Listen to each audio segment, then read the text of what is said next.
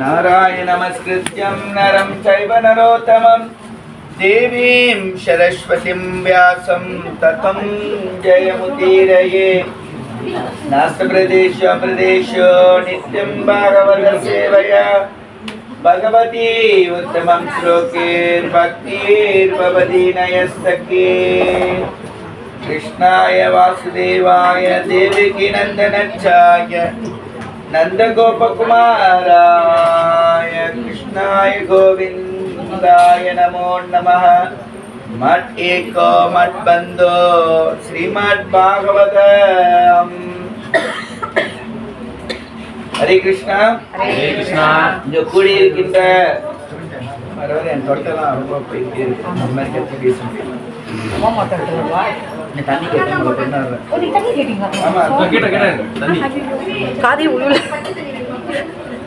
प्रभु आइसा वेनो आइसा ice madam मत जी और ये छोटे प्रश्न है।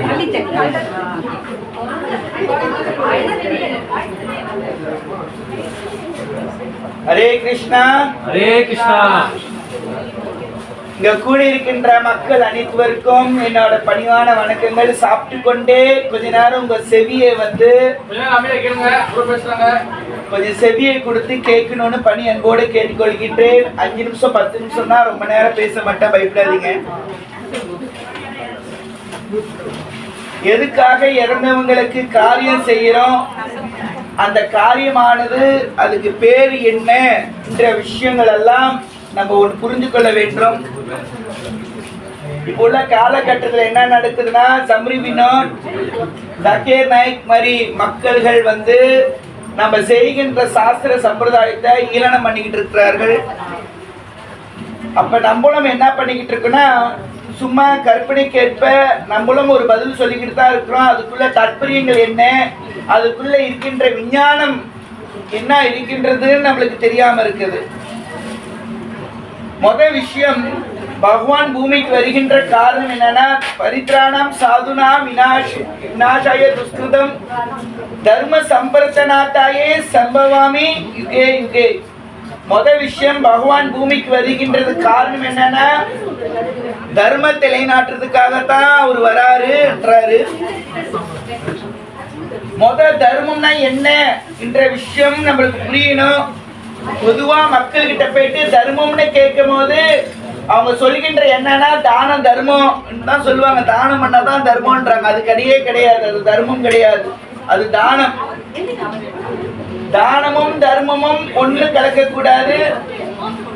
நம்ம செய்கின்ற இந்த நிகழ்வானது தர்மம் சார்ந்தது. தர்மம் சார்ந்தது என்னன்னா, மாத்துர்த்த தேவ பவ பிச்சுர்த்த தேவ பவ. அப்பா அம்மாவை மதிக்கணும், பெரியவங்களை மதிக்க கத்துக்கணும். அதுக்காக முதல் விஷயம், நம்ம இறந்தவங்களுக்கு செய்கின்ற இந்த அந்த அஸ்தி, அந்தனா இறுதி, அஸ்தினா இறுதியாக செய்கின்ற சடங்கு. இந்த அந்த அஸ்தி, இந்த அந்த அஸ்தி என்னும் போது நம்ம புரிகின்ற விஷயம் என்னன்னா, இறுதியாக செய்கின்ற சாங்கியம். அப்ப இந்த இறுதியாக செய்கின்ற சாங்கியம் எந்த அடிப்படையில் இருக்கின்றது, ஏன் நம்ம செய்யணும் என்ற விஷயம் புரியுது. என்னன்னா, நம்ம வருகின்ற குழந்தைங்களுக்கு அப்பா அம்மா மதிக்கிறதுக்கு தன்மை சொல்லி கொடுக்கின்றோம். இது இறந்துட்டாங்க, இது இறந்துட்ட பிறகு நம்ம பெரியவங்களுக்கு மதிக்கணும். யார் இவரு, இவரோட சொந்தம் என்ன, பந்தம் என்ன, இவரோட தியாகம் நம்மளுக்காக என்ன. முதல் விஷயம் இதுதான் அடிப்படையான விஷயம். பிள்ளைங்களுக்கு நன்னறி சொல்லி கொடுக்கறதுக்காக இந்த சாங்கியம் உள்படியில செய்கின்றோம். இப்ப உள்ள காலகட்டத்துல பெரியவங்களை மதிக்கிறதே இல்லை. ஏன்னா பெரியவங்கள் உதாரணமாக இல்லை. ஏன்னா பெரியவங்க என்ன பண்ணுவாங்கன்னா, இரு கதைகள் பேசும்போது, தர்ம கதையை பேசும்போது, அதனாலதான் ஊராங்கதையை பேசிக்கிட்டு இருப்போம். நீ சாப்பிட்டியா, நல்லா இருக்கியா, உன் தாத்தா குட்டி எப்படி இருக்குன்னு அந்த பிள்ளைங்க உங்களே பார்த்துக்கிட்டு இருக்கோம். எங்க அம்மா பேசுறாங்க, நானும் அப்படித்தான் பேசுறேன். அப்ப நன்னெறி எங்கேருந்து வருகின்றது, வீட்டுல பெரியவங்க கிட்டேருந்து வருகின்றது. அப்ப இந்த மாதிரி கோயில போயிட்டு உட்கார சொல்றாங்க 5 நிமிஷம். எதுக்காக கோயில போயிட்டு உட்காரோம்? ஏன்னா அங்க தர்ம கதைகளை கேட்கறதுக்கு நம்மளுக்கு நற்குணங்கள் வருவதுக்காக. முதல் விஷயமே நம்ம பெரியவங்களை மதிக்கணும். அதனால இந்த இறந்த காரியங்கள் செய்கின்றது என்னன்னா, அவங்களுக்காக நம்மளுக்கு என்ன தியாகம் பண்ணி இருக்கிறார்கள், அந்த தியாகத்தை பாராட்டுற வரியில நம்ம செய்யணும். இதுதான் முதல் அடிப்படையான விஷயம். இறுதியான இரண்டாவது அடிப்படையான விஷயம் என்ன சொன்னா, நம்மளுக்கும் மரணம் ஒண்ணு இருக்குது. யுத்தீஸ்வர மகாராஜ் யமதர்மன் கேட்கிறாரு, உலகத்துல அதிசயம் என்னன்ற அகனி ஆணி ஆவரணி, எப்பொழுதும் மனிதனுக்கு இறப்புன்னு ஒண்ணு இருக்குது. அது கண்டு அவன் பயப்படுதே இல்லை. அவனுக்கும் இறப்பு வரப்போது, மரணம் வரப்போது. அவன் எங்க வந்துட்டு எங்க போறான், அதுக்கு அவன் தயாராகிட்டானா அவன் அதுக்கு தயாராக மாட்டான். 80 வயசு பாட்டி இறந்துருப்பாங்க, இல்ல 90 வயசு பாட்டி இறந்துருப்பாங்க. வந்த சொந்தக்காரன் சொல்லுவாங்க, எங்க பாட்டி அல்பாயுசுல இறந்துட்டாங்கன்ட்டு. இந்த உலகத்துல யாரு தான் நீடோடி வாழுகின்றது? அந்த பூமியில, இந்த பூமியில ஒரு சில சட்டங்கள் இருக்கின்றது. அந்த இறைவன் வந்துட்டு டீலே பண்ணிட்டு இருக்கு. அந்த இறைவன் அப்படியே செலுத்திக்கின்றார். அந்த இறைவன் கூட இந்த பூமியில இல்லை. ஏன்னா இந்த பூமியானது ரெண்டல் ஹவுஸ். இந்த ரெண்டல் ஹவுஸ்ல வந்துகிட்டு நான் சொந்தமா இருக்கணும்னு சொன்னா யாருனாலும் சொந்தமா இருக்க முடியாது. ஓனர் வந்தா நம்ம கிளிக் பண்ணி அனுப்பிவிட்டுருவார்கள். அந்த மாதிரி இந்த பூமி வந்து தற்காலிகமான லோகம், ஒரு நாள் அழிய போகுது இந்த பூமி சார். அப்ப நம்ம எங்கேருந்து வந்திருக்கிறோம், நம்ம பயணம் என்ன என்ற விஷயத்தை ஞாபகம் படுத்துறதுக்காக இரண்டாவது காரணம் நம்ம செய்கின்ற இது இறுதி சடங்கு. அப்ப இந்த இறுதி சடங்கு போது இந்த ஆத்மாக்கு எப்படி சாங்கியம் செய்யணும், இந்த ஆத்மாக்கு எப்படி பண்ணணும் என்ற விஷயம், அடிப்படையான விஷயம் இருக்கின்றது. அப்ப கருட புராணம், வராக புராணம், பத்ம புராணம், சிவ புராணம், லிங்க புராணம், ஸ்கந்த புராணம், வைவர்த்த புராணம், வைவஸ்ய புராணம், ஆக மொத்தம் 18 மகா புராணங்கள்ல 16 மகா புராணங்கள்ல வந்து இந்த இறுதி சிறுதாவை எப்படி செய்யணும், அந்த ஆத்மாக்கு எப்படி நன்மையை கொடுக்கணும் என்ற விஷயம் சொல்லப்பட்டிருக்கின்றது. ஸ்ரீமத் பாகவதத்துல 5வது கண்டத்துல நம்ம பார்த்தோம்னு சொன்னா, அந்த ஜம்புதீப இதுல பார்க்கும்போது அரியாமா என்ற ஒரு லோகம் இருக்கின்றது இந்த பூமண்டலத்துக்குள்ளே. அந்த பூமண்டலத்துல இருக்கின்ற யார் இருக்கின்றார்கள், நம்மளோட முன்னோர்கள் அங்கதான் இருக்கிறார்கள். அந்த முன்னோர்கள் வந்து பிரார்த்தனை பண்ணுகிறார்கள். அவங்க என்ன சொல்றாங்கன்னா, அவங்களுக்கு நீங்க காரியங்கள் சரியாக செய்தீங்கன்னா வீட்டுல செல்வந்தோர் நிறையாக இருக்கும். அப்ப இந்து தான் இந்த சாங்கியம் செய்கிறார்கள்னா கிடையாது. உலகத்தில் இருக்கின்ற அத்தனை மதவாதிகளும் செய்கிறார்கள் இஸ்லாம் உள்படியிலும். ஒருத்தர் இஸ்லாம் இறந்துட்டானா அவன் என்ன பண்ணுவான்னா அல் ஃபத்திஹான்னு படிக்க சொல்லுவாங்க. நம்ம என்ன பண்ணுவோம், ஊராங்கதை பேசிக்கிட்டு இருப்போம். அவனுக்கு இன்னும் சாமி நம்ம ஏன்னா நம்ம ஆளுக்கு தெரியாது எப்படி பிரார்த்தனை பண்ணணும்னு. சொன்னாலும் காது கொடுத்து கேட்கறது இல்லையே. நான் இறக்க போறேன், என் பிள்ளைங்களுக்கு என்ன பிரார்த்தனை பண்றது நம்மளுக்கு அது அக்கறை இல்லை. இறந்துட்டுமே 100 வருஷம் வரைக்கும் தான் நான் பூமியில இருக்க போறேன். அது முடிச்சிட்டு பிறகு என் பிள்ளைங்களுக்கு என்ன செய்ய போகுது, நான் நிரந்தரமான இந்த ஆத்மா இருக்குது, இந்த ஆத்மாவோட பயணம் அதுக்கு நான் தயார் பண்ணி வச்சிருக்கேன்னா நான் நிரந்தர வீட்டுக்கு நான் போக முடியுமா என்ற விஷயத்தை நம்ம பார்க்க போறோம். அப்ப இது இஸ்லாம்ல பார்த்துட்டோம். அடுத்தபடியாக சைனர்கள்ல பார்க்கும் போது அமாவாசை பௌர்ணமி முச்சிந்து என்னமோ கொளுத்துறார்கள், என்னமோ செய்கிறார்களே, பேய்க்குன்னு இல்லை, அவங்க முன்னோர்களுக்கு அவங்க செய்கின்ற சாங்கியம்.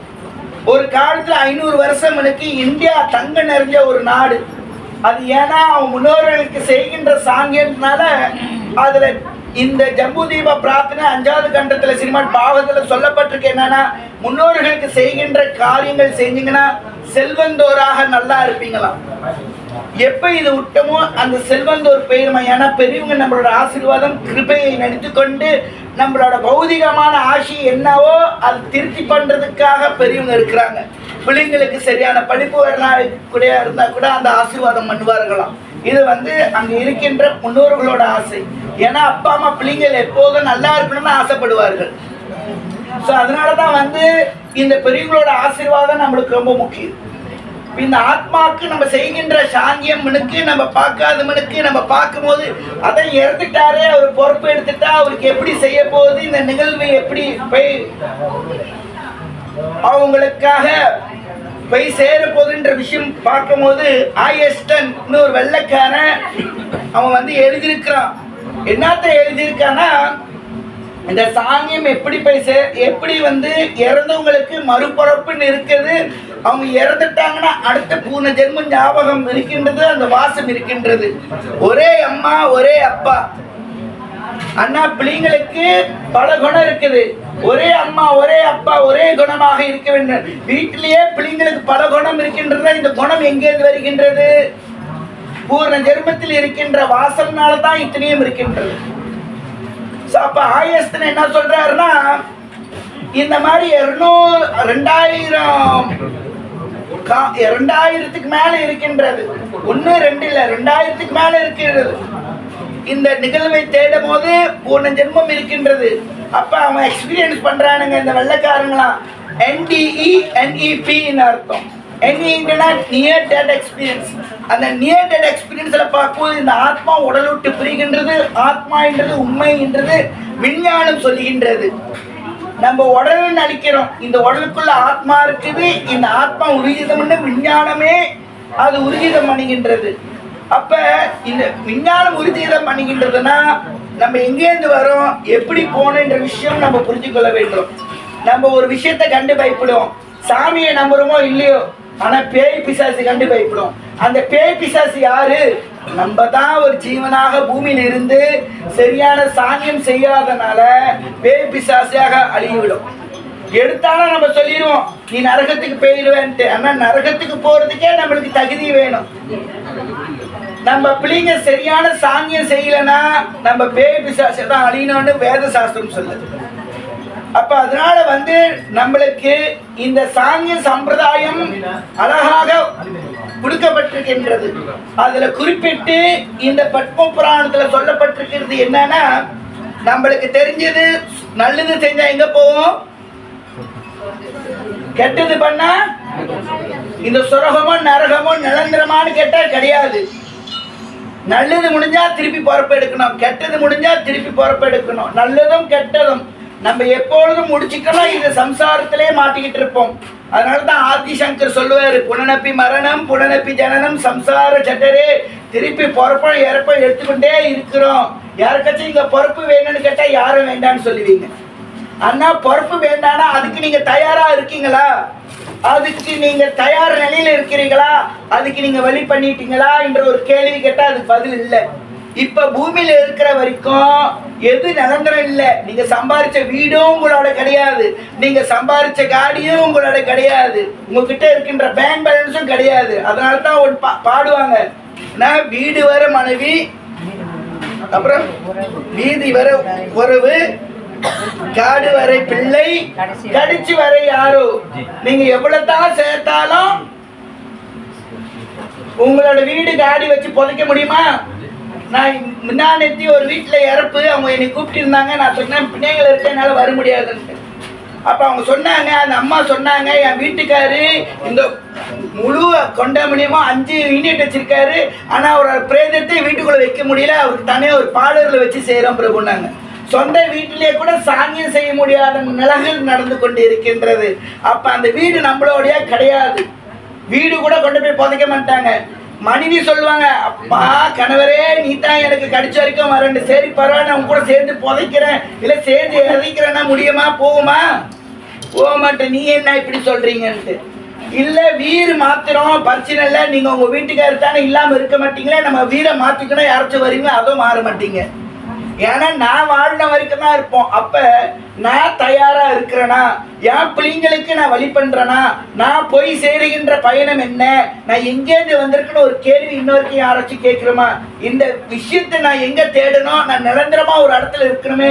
நம்ம வீட்லயும் மரணம் நடக்க போது, நம்மளுக்கும் ஒரு மரணம் நடக்கும் போது அது நடத்திட்டு பிறகு எனக்கு விலாசம் தெரியணும், எங்கே போய் மாட்டிக்குவேன்னு அந்த மாட்டிக்கிட்டு தத்தளிச்சுக்கிறதோட எனக்கு வீட்டு விலாசம் தெரிஞ்ச நான் போய் சேர்ந்துடலாமே. அப்ப இதுக்கு எப்படி விலாசம் தெரியும்னா, ஸ்ரீமத் பாகவதத்துல அழகாக கொடுக்கப்பட்டிருக்கின்றது. பிரஹத் பாகவத மருத்தத்துல கோபகுமார்னு ஒரு நபர், அவர் பாதாள லோகத்திலேருந்து மேல வைகுந்த லோகம் வரைக்கும் தேடி போயிட்டு இருக்கிறாரு. அப்பதான் தெரிகின்றது இந்த லோகமானது, இந்த லிங்கம் பிரம்மாண்டமானது நிரந்தரம் அல்ல, அதுவும் ஒரு நாள் அழிய போகுது. அப்ப அதுக்கு மேல கைலாய லோகம் இருக்கின்றது, சதாசிவம் இருக்கின்றார், அது நிரந்தரமான ஒரு லோகம். அதுக்கு மேல வைகுண்டம் இருக்கின்றது, வைகுண்டத்துக்கு மேல அயோத்தியா இருக்கின்றது. நம்மளுக்கு தெரிஞ்சது பூமியில் இருக்கின்ற இந்த லோகம் மட்டும்தான். ஆனா இந்த பூமிக்கு மேல இருக்கின்ற 7 லோகங்கள், கீழே 7 லோகங்கள். இந்த 7 லோகங்களும் 14 லோகங்கள். இந்த 14 லோகங்களுக்கும் நம்ம தாண்டி நிரந்தரமான ஒரு இடம் இருக்கின்றதுன்னா அது மட்டும் வைகுண்டம் மட்டும். அந்த வைகுண்டத்துக்கு போறதுக்கு தகுதி வேணும். நீங்க வெளிநாட்டுக்கு போனோமா, நீங்க போக போறீங்க, எந்த நாட்டுக்கு போலான்னு இருக்கீங்க? மலேசியா விட்டுட்டு சும்மா சொல்லுங்க, எங்க போலான்னு இருக்கீங்க?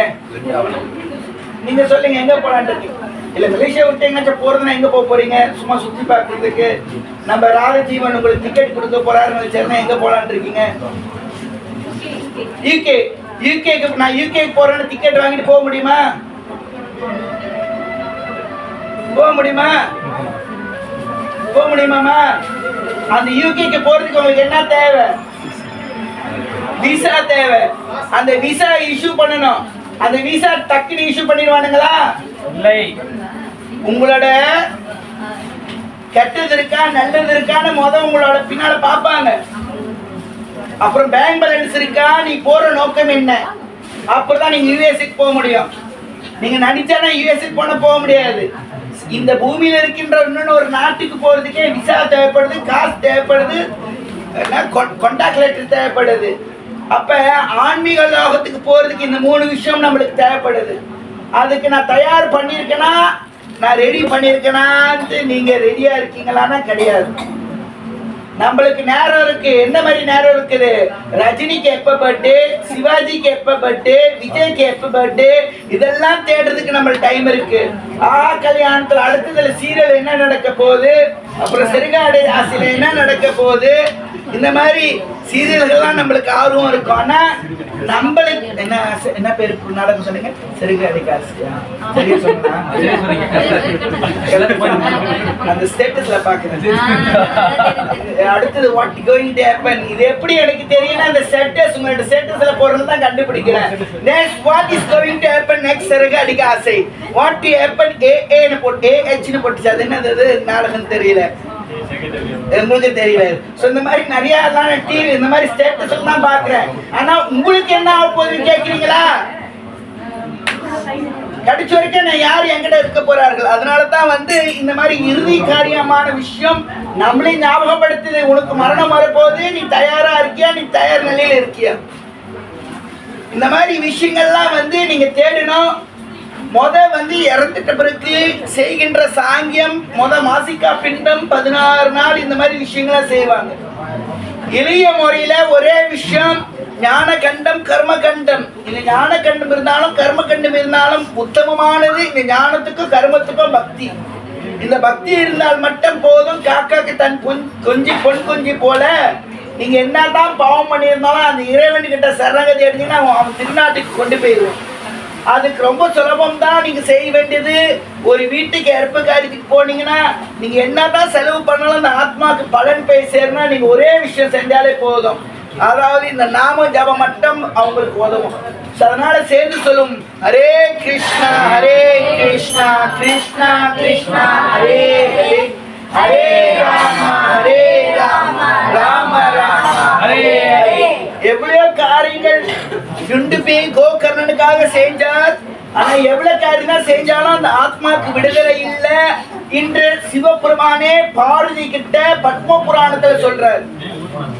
அப்ப என்னதான் பண்ணணும்னா இந்த பாகவதம் மட்டும்தான் பண்ணணும்.